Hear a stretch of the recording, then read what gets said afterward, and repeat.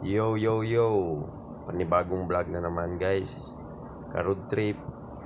Nandito kami sa Valencia, Bukidnon. Nakikita na namin yung Robinson. Napakalaki Robinson dito. Hindi mo akalain na isang mall. Salamat pala ni God na hindi kami pinababayaan sa aming biyahe papunta dito.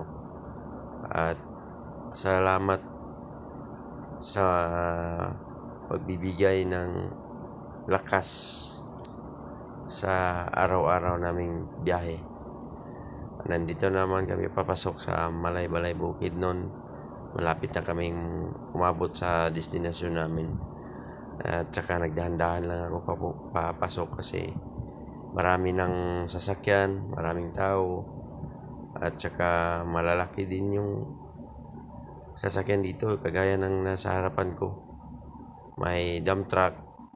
Gusto ko sanang overtakean pero parang maraming sasakyan pa Dito na lang ako sa gilid. Patuon na lang ako mag-overtake. Kasi parang bakante kasi. Malaki. Dahan-dahan lang siya kasi kargado siya. Tsaka naka-overtake na ako. Oops, may tao. Nagulat pa yung tao Dahan-dahan lang. Salamat pala sa nagtitiwala sa pagbablog ko. Salamat sa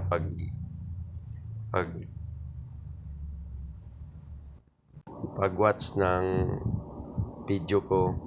At shout out pala sa RTE Valencia, Bukidnon na nakasubaybay sa amin sa pagpapasok sa sa Valencia. Nakasakay sila ng mobile. Shout out ako sa inyo. Hindi ko akalain na ma-overtakean ko kayo. So, shout out. Thank you sa nagsusumusuporta sa akin. Kahit ganito lang ang pagbablog ko, daan lang yung nakikita nyo. Kasi sa totoo lang nahihiya din ako na makita yung mukha ko. Hindi ko kasi kayang hindi ko kasi kayang mag-vlog ng parang ako lang, yung mukha ko lang yung makikita, pero sinusubukan ko kasi yun daw ang mas maganda Pero sa tuwing nagdadrive ako, una-una ko talagang ginagawa na mag-pray kay God. Kasi si God lang ang aking makapagtiwalaan sa tuwing nagbibiyahe na ako. Sa kanya ako kasi pinabaubaya yung pagmamaneho ko. Sana bigyan niya ako ng lakas at tibay ng loob sa tuwing bumabiyahe ako, at iiwas niya ako sa disgrasya sa lahat-lahat. Para sa pamilya ko din, nagmamaneho ako dahil para sa kanila.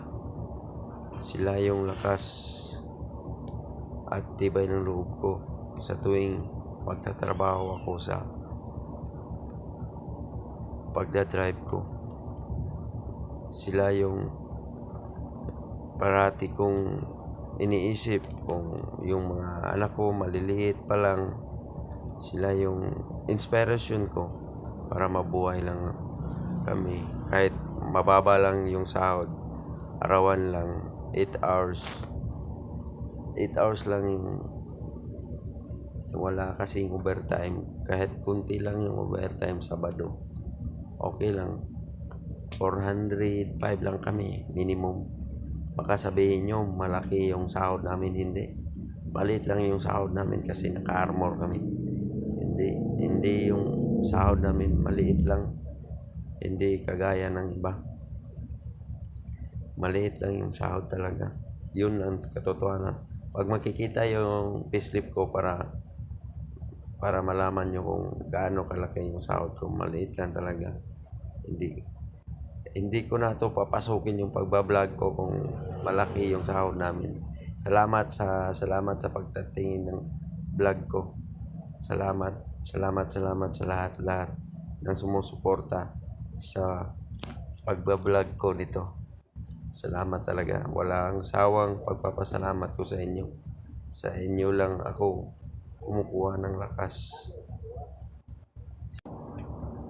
Shout out nga pala sa mga supporter ko.